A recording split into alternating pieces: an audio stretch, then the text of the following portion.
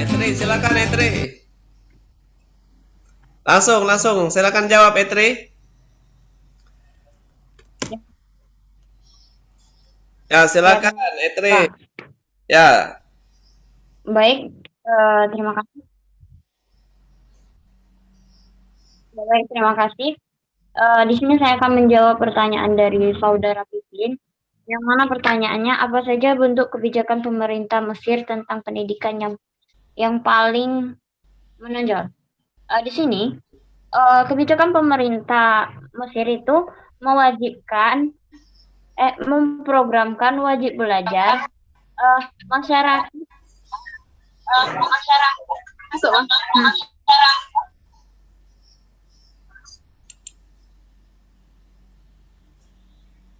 Bentar, Pak. Dalam hal baca tulis dan masyarakat itu harus terdidik. Terus eh,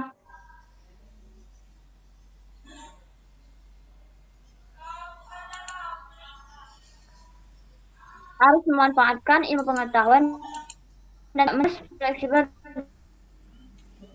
dan relevan dan kebutuhan masyarakat. Di sini pemerintah mewajibkan masyarakat itu sekolah dasar itu selama 5 tahun. Pendidikan wajib di Mesir itu berlaku sampai grade 8 yang ingin dikenal sebagai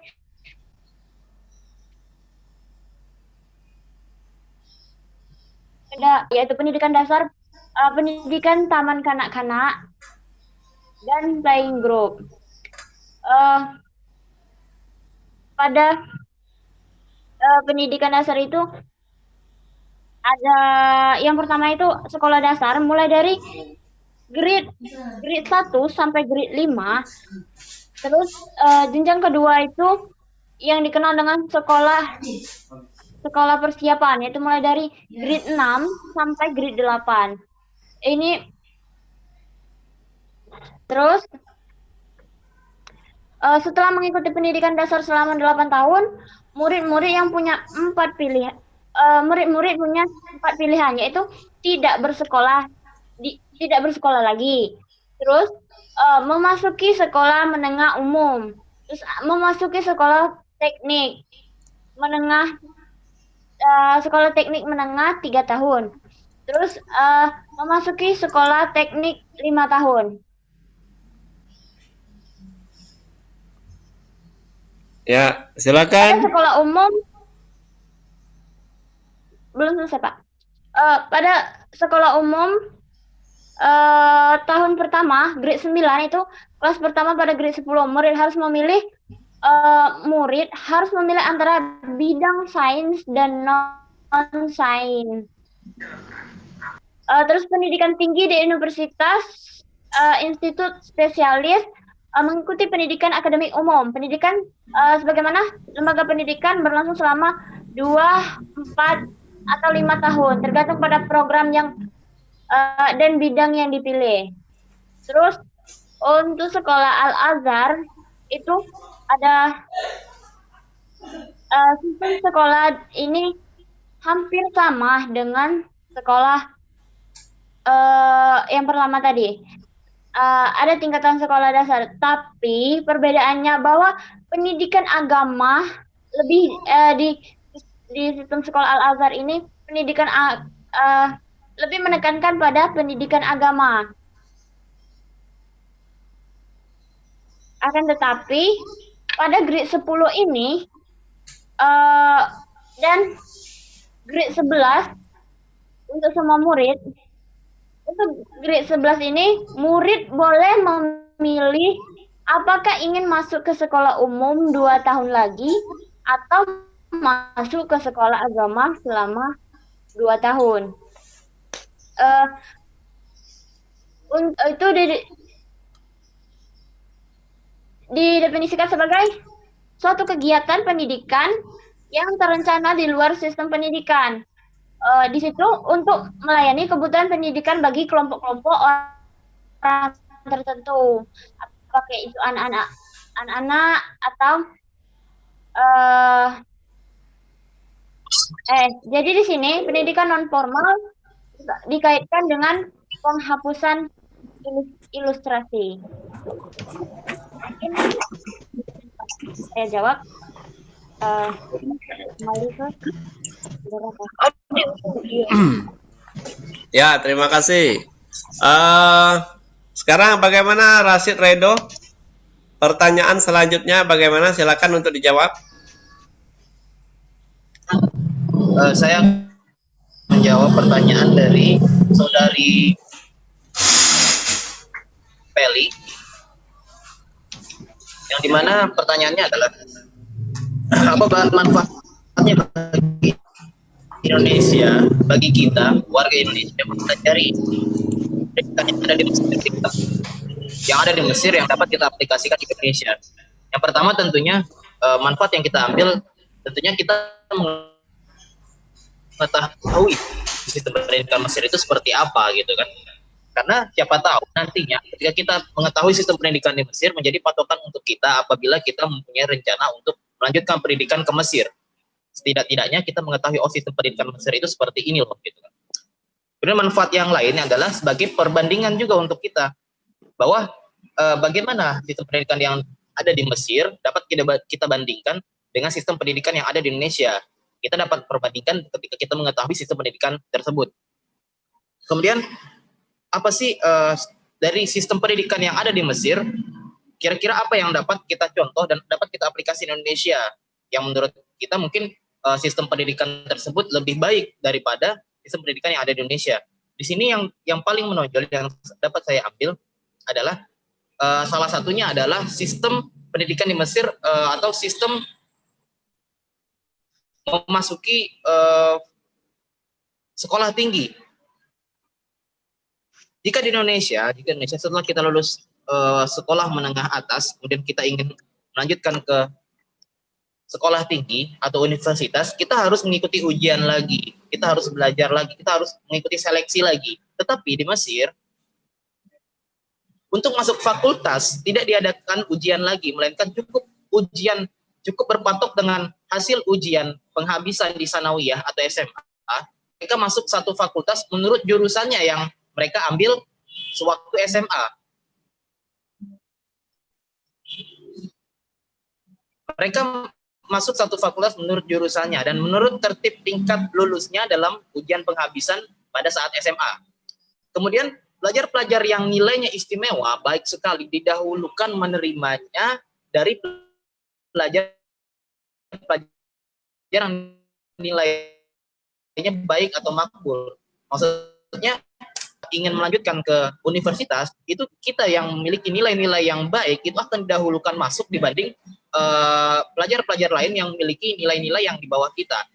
Berbeda sekali di Indonesia, ketika kita lulus SMA, nilai hasil ujian kita di SMA itu hanya dijadikan sebagai syarat, dan kemudian ketika kita untuk masuk fakultas suatu universitas, kita harus mengikuti seleksi lagi, kita harus ujian lagi, yang dimana status pelajar mau dia nilainya bagus atau nilainya di bawah rata-rata itu disamakan ketika seleksi gitu kan.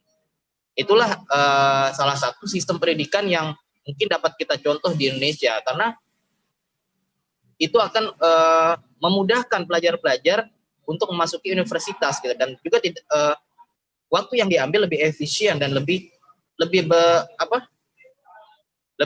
mengirit biaya juga sih menurut saya gitu kan. Kemudian mungkin itu jawaban saya dari pertanyaan saudari Peli. Terima kasih.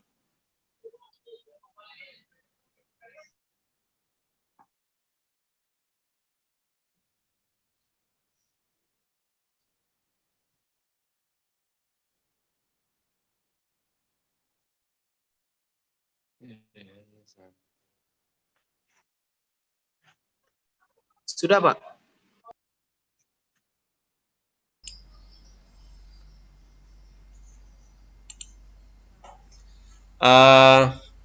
Semuanya bisa mendengar suara? Bisa. Ya, Pak, bisa. Nah, coba dibuka dulu Bisa, Pak. ya. Semuanya dibuka dulu. Ya, Pak, bisa. Bisa semuanya dengar suara jelas? Jelas. Ya, baik. Iya, Pak. Ya, Bisa. tadi kita Jelas, Pak. sudah Ya, perhatikan. Tadi kita sudah belajar minggu lalu kita sudah belajar pendidikan di Arab Saudi. Ya, kemudian pada minggu kali ini kita bergeser sedikit ke Mesir atau Kairo, Mesir. Di sana kita sudah bisa mendapatkan ilmu baru, ilmu pengetahuan, khususnya tentang perbandingan pendidikan yang ada di Mesir maupun di negara lain termasuk di Indonesia. Semuanya mohon nanti dipelajari kembali, disertai dengan literatur yang jelas, dengan buku-buku penunjang, ya. Kapan perlu nanti, insya Allah khusus yang Mesir ini saya akan hadirkan. Kalau tidak ada keberatan nanti akan saya hadirkan mahasiswa yang dari Mesir yang barusan selesai mengikuti jenjang S1 di sana. Insya Allah masih ranah keluarga kita. Insya Allah mungkin dalam season minggu depan tergantung kesiapan Ustadz atau rekan-rekan saya nanti untuk bergabung. Jadi khusus, tapi khusus untuk Mesir ya. Yang lain tidak. Insya Allah ya, mohon doa nanti dia ada waktu bagaimana sih sebenarnya di Mesir itu. Ya, karena dia memang sudah berapa tahun mengikuti pendidikan di sana. Saudara-saudara semua, indikator atau ketercapaian yang kita inginkan pada ranah dan muatan mata kuliah ini tidak lebih dari satu, kita mengetahui sistem pendidikannya, kemudian kebijakannya, serta bagaimana aplikasi proses pendidikan itu di lapangan. Nah, itu namanya perbandingan. Ya, kita bandingkan bagaimana di Indonesia, bagaimana di Singapura, bagaimana di Brunei kemarin. Yang Brunei siapa kemarin yang Brunei? Saya Pak Meli. Siapa yang Brunei?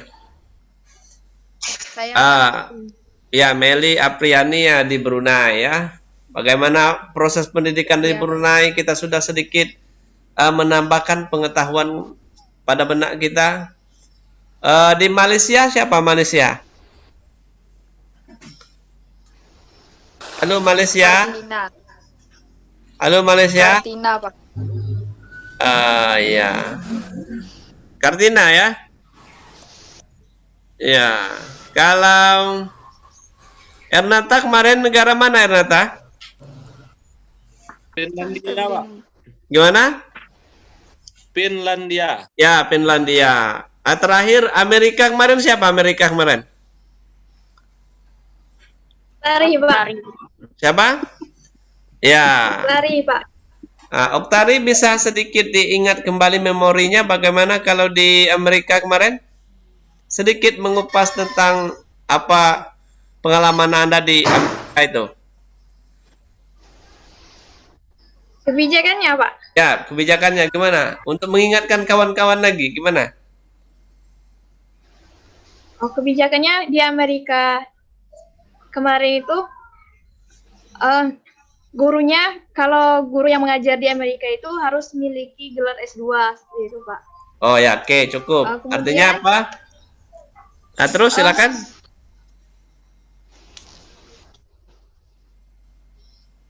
Silakan. Iya, kenapa, Pak? Ya, silakan lanjut. Kemudian untuk pendidikan SD atau SD 6 tahun, SMP-nya 2 tahun, dan SMA-nya 4 tahun kemarin, Pak. Ya, oke. Untuk Artinya, pendidikan dasar seperti itu. ya, oke, cukup. Terima kasih. Artinya apa? Untuk di Amerika bagaimana minimal guru itu berstandar S, ya, pendidikannya strata 2. Berbeda dengan yang di negara lain. Eh, kalau di ini yang dekat kita Malaysia, siapa Malaysia? Aira apa kemarin Aira? Histori pendidikan di Indonesia, Pak. Nah, coba Aira gambarkan dulu. Kita balik dulu ke negara kita. Nah, cak mana kalau yang di negara kita ini yang sepengetahuan dan pembelajaran kita yang ada? Perbandingannya dengan ya yang dibahas Rashid, yang dibahas Etri, yang dibahas negara Brunei dan lain. Bagaimana? Rangkuman saudara bagaimana tentang pola pendidikan yang ada di negara kita? Pola pendidikan di Indonesia itu untuk ketentuan pendidikannya untuk memasuki SD itu minimal usia 7 atau 6 tahun. Dan SD ditempuh selama 6 tahun, SMP 3 tahun, SMA juga 3 tahun. Dan memakai kurikulum, ada 2 kurikulum yang dipakai, itu ada kurikulum K13 dan kurikulum KTSP. Oke, cukup. Ya. 2 lagi lah, biar mengingat-ingat memori kita yang lama. Nenda, halo Nenda.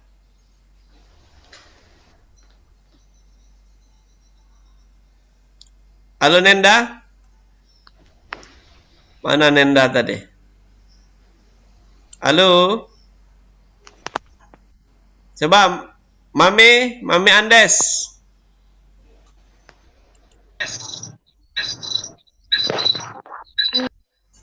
Gimana?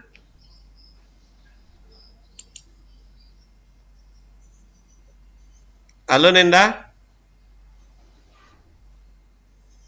Ini gangguan lagi nih. Ya.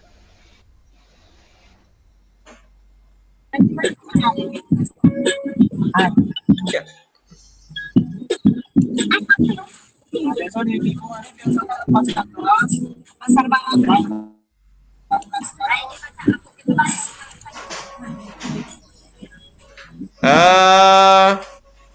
Coba ini di mana?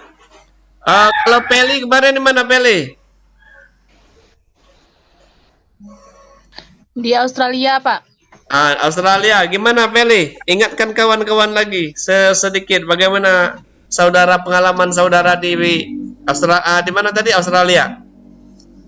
Kalau di Australia kemarin itu untuk sistem jenjang pendidikannya itu misalnya jenjang pendidikannya itu perbedaannya di Indonesia, Pak. Kalau di Indonesia itu ada dari kelas 1 SD misalnya untuk menuju kelas 2 itu harus melalui ujian atau tes terlebih dahulu. Tetapi kalau di Australia kemarin itu tidak melewati tes lagi. Jadi per tahun itu atau per tahap itu misalnya dia kelas 1 langsung otomatis menuju kelas 2 tahun ke depannya tanpa melalui tes itu, Pak.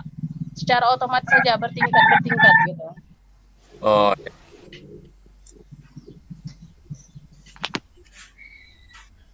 Gimana? Ini Fitria Ramadanti di mana kemarin, Fit?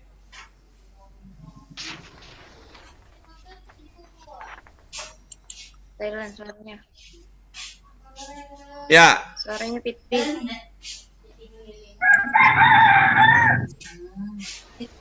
Silakan Fitri. Numpang duduk sebentar. Sambil ngecas. Suaranya. Gimana suaranya nggak bisa dibuka ini? Ya, silakan Fitri.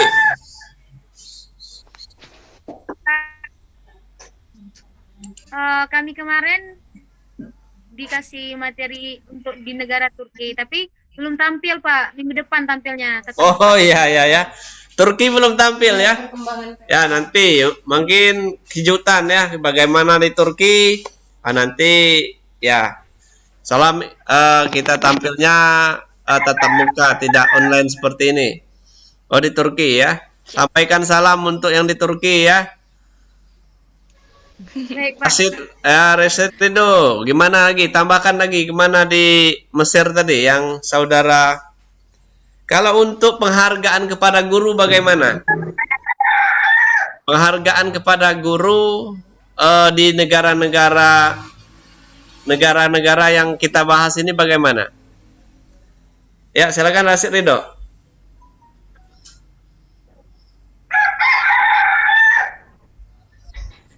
Maksudnya begini, kalau di Indonesia kita kenal dengan ada tunjangan tunjangan apalah, ada sertifikasi lah, ada tunjangan, pokoknya sejenis ada penghargaan dari pemerintah. Itu Indonesia. Ya, ada TF, terus apa lagi tunjangan-tunjangan untuk guru itu. Nah, sekarang, nah bagaimana di negara-negara yang sebagaimana kita bahas? Nah, kalau di Kairo gimana? Apakah seorang guru yang berprestasi mungkin apa 2 ton beras misalnya kan, apa 1 buah mobil, penghargaannya, atau bagaimana yang Anda ketahui?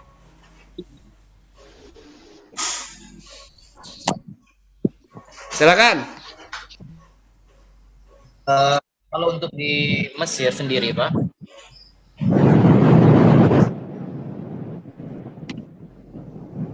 ini untuk penghargaan berupa materi ya, Pak? Ya, bisa berbentuk materi atau bisa berbentuk apa saja. Yang jelas penghargaan. Baik itu secara formal, formalnya maksudnya di luar daripada gaji pokok. Oke. Di luar dari gaji pokok. Makanya saya antar, kalau di Indonesia kan ada sertifikasi guru, ada tunjangan guru. Karena kita hari ini hari guru dan kita membandingkan pendidikan. Nah, jadi bagaimana? Apakah Indonesia ini sudah bagus atau bagaimana negara-negara lain? Ya, silakan.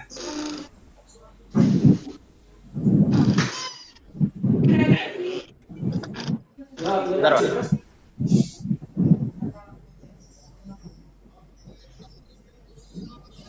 Ya, yang lain juga persiapkan. Nah, ini menarik ini karena kita hari ini kan memperingati Hari Guru. Nah, jadi kita membandingkan bagaimana Indonesia itu bagaimana. Nah, yang dari perwakilan Indonesia sudah ada. Dari Kairo ada. Meli dari mana sudah ada. Nah, bagaimana penghargaan? Nah, kita tidak berbicara masalah hari gurunya, tapi penghargaan pemerintah untuk guru. Ya. Mungkin di negara luar tidak diperingati seperti kita Indonesia ya, tapi ada penghargaan dari pemerintah secara tetap, tapi melalui sistem yang ada. Bisa dimengerti apa yang saya sampaikan ini? Ngerti, Pak. Ngerti, Pak. Ngerti ya? Bisa jawab, silakan perwakilan satu-satu. Semuanya harus jawab sesuaikan dengan makalah kita masing-masing.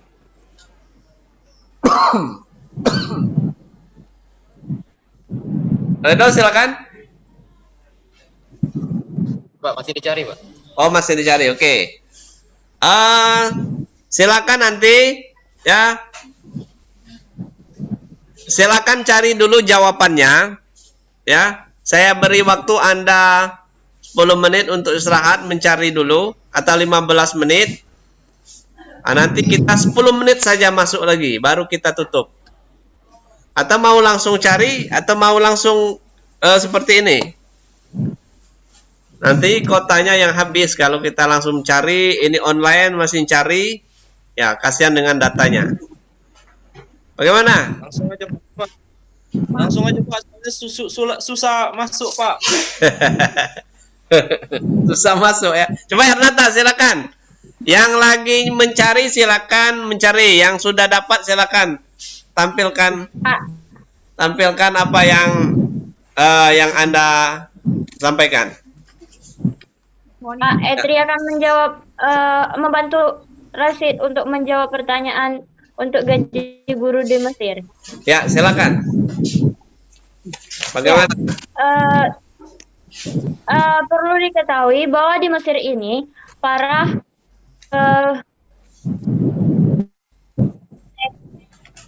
guru itu digaji sekitar $500 per bulan, tergantung. Bentar Pak. Aduh, salah. Coba yang lain, jangan grogi, silakan yang lain. Siapa yang sudah siap? Saya, Pak. Siapa? Ya, Renata silakan. Ya, silakan Renata. Untuk Pak. ya. Nah, untuk gaji guru di negara Finlandia itu Pak digaji lebih dari 40 juta per bulan Pak. Jadi di sana itu guru itu lebih dibanding, karena kebanyakan masyarakat di Finlandia itu masih mending menjadi guru dibanding jadi dokter Pak, karena gaji guru di Finlandia itu lebih dari 40 juta per bulan. Lebih dari 40 juta per bulan. Jadi guru itu sangat istimewa di situ. Sedangkan kalau di Indonesia kan Pak banyak ada tunjangan sertifikasi dan lain-lain yang seperti Bapak jelaskan tadi. Sedangkan kalau di Finlandia itu Pak tidak, karena guru di sana sudah digaji lebih dari 40 juta per bulan Pak. Jadi tidak ada tunjangan sertifikasi yang lainnya Pak. Tapi guru itu sangat dihormati di sana Pak. Oke. Terima kasih. Tentunya Saudara Ernanta, pasti di situ kalau penghargaannya besar, sistemnya pun mungkin sudah bagus ya. Bagaimana seorang guru itu ya, mungkin keahliannya, kecakapannya atau yang lain, mungkin sudah persiapannya sudah oke ya. Di sana saja Pak, untuk gurunya Pak itu harus lulusan terbaik dari seluruh universitas di Finlandia dengan gelar master Pak. Oh, dengan master ya. Ya sama. Terbaik. Itu untuk semua tingkatan.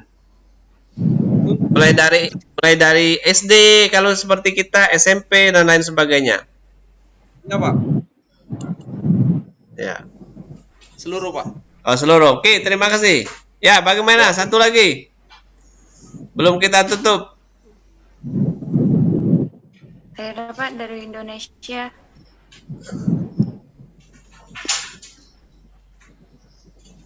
Ya, gimana? Coba, Oktari dari mana, Oktari? Amerika, Pak. Dari mana? Untuk Amerika. Oke, cukup Amerika tadi ya. Meli tadi dari mana, Mel?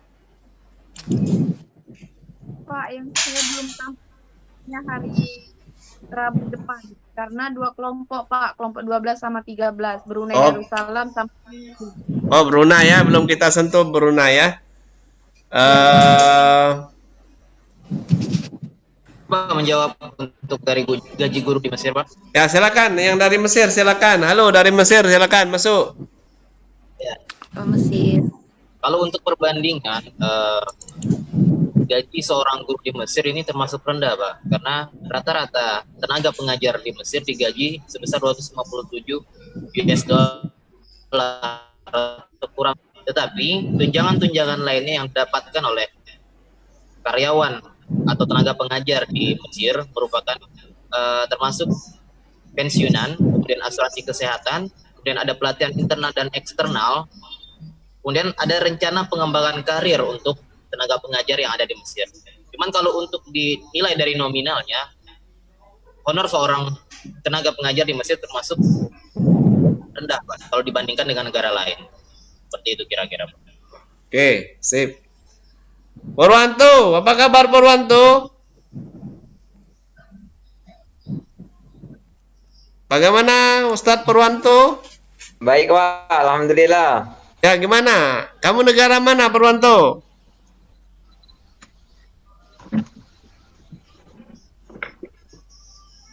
Saya kebagian dari Turki Pak, belum tampil presentasi. Oh, belum tampil presentasi ya, belum tampil ya. Oke. Turki Pak. Pak, yang dari Jepang, Despita Dwiningrum. Dari Turki. Coba Despita. Ya, dari Jepang, silakan. Oke Pak,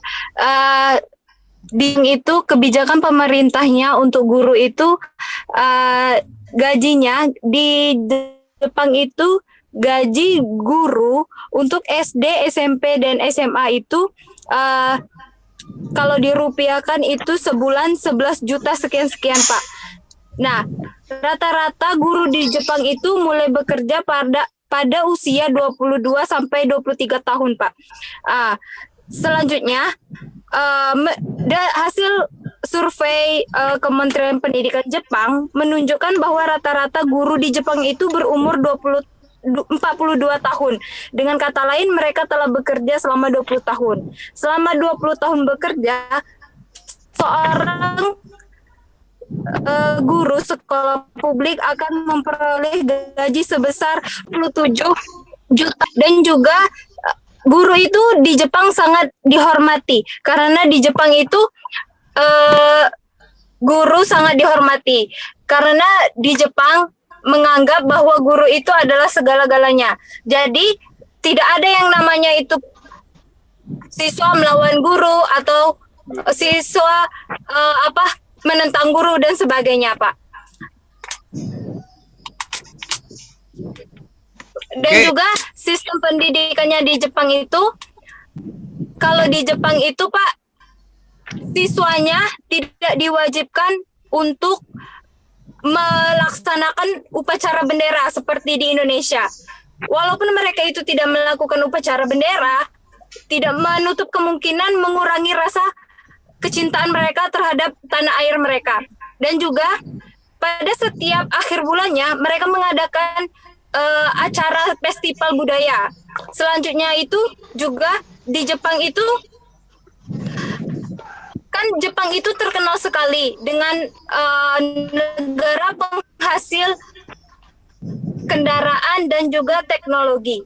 Walaupun demikian, pemerintah di Jepang sangat melarang siswanya untuk membawa alat transportasi ke sekolah, dan melarang juga anak-anaknya menggunakan media elektronik.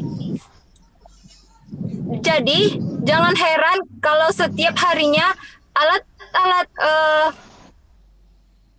transportasi umum itu padat dan banyak digunakan oleh anak-anak sekolah. Terima kasih, Pak. Oke, terima kasih Despita Dwi Ningrum. Terakhir, bagaimana saudara Pipin? Terakhir ya, pemungkas gimana? Saudara Pipin gimana? Anda negara mana, Pin?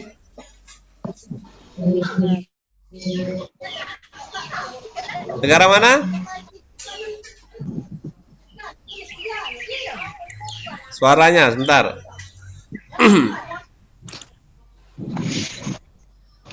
Ya, gimana, Pin? Negara mana? Negara Indonesia, Pak. Oh, Anda Indonesia ya, sama Aira ya? Indonesia ya. Kita tidak berbicara. Kalau Indonesia kita sama-sama mengetahui, sama-sama merasakan, ya sama-sama mempelajari. Artinya kita membandingkan bagaimana penghargaan masing-masing negara itu untuk dunia pendidikan. Nah, mungkin pada sore hari ini ya kita cukupkan dulu diskusi kita. Terima kasih untuk semua yang sudah berpartisipasi, untuk yang sudah hadir. Jangan lupa saya tunggu ya, saya tunggu. Cukup Anda kirimkan apa yang Anda sampaikan tadi, itu literaturnya dari mana, bukunya apa, pengarangnya apa, cukup itu saja.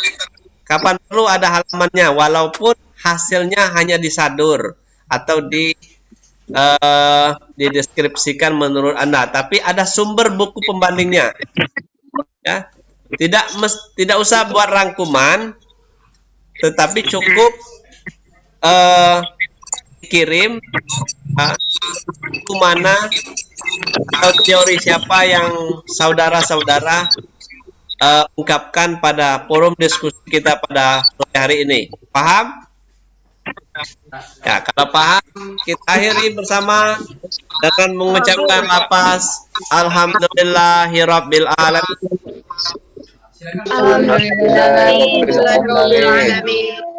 Assalamualaikum warahmatullahi wabarakatuh.